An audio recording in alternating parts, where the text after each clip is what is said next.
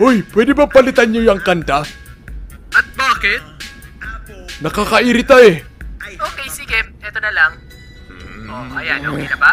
Tangina, kapag nakita kita, paparipin kita sa aso! Ay, nako. Okay na. Oh, babe, kamusta? GG, babe! Oh, shit! Bakit? Anong nangyari? Kasi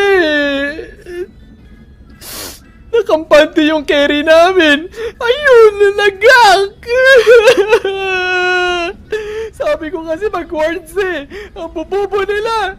Puta, i-report ko mga kupal na yan. Hello, Bes? Hello? Uy, pagkaksamin! Mag-tower hug muna kayo. OM na yung kalaban! Bilisan nyo! All mid na. Di ko pa po gamit ko. Kanina ka ba farm na farm dyan? Ni Boots, wala ka pa? Tangina mo, ang bilisan mo! Bes? Fuck.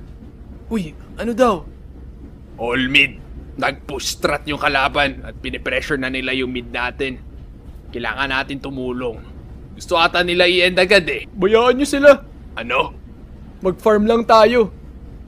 Malapit ko na mabuo yung items ko. Early game pa lang. Kaya pa natin bumawi sa late game. Pa-item lang tayo, okay? Sige. Benta ko muna tong basura ko. Ako na magkikerry. Huwag nyo aagawin last hits ko ha. Maliwanag, okay? At ikaw, magbaon ka ng wards.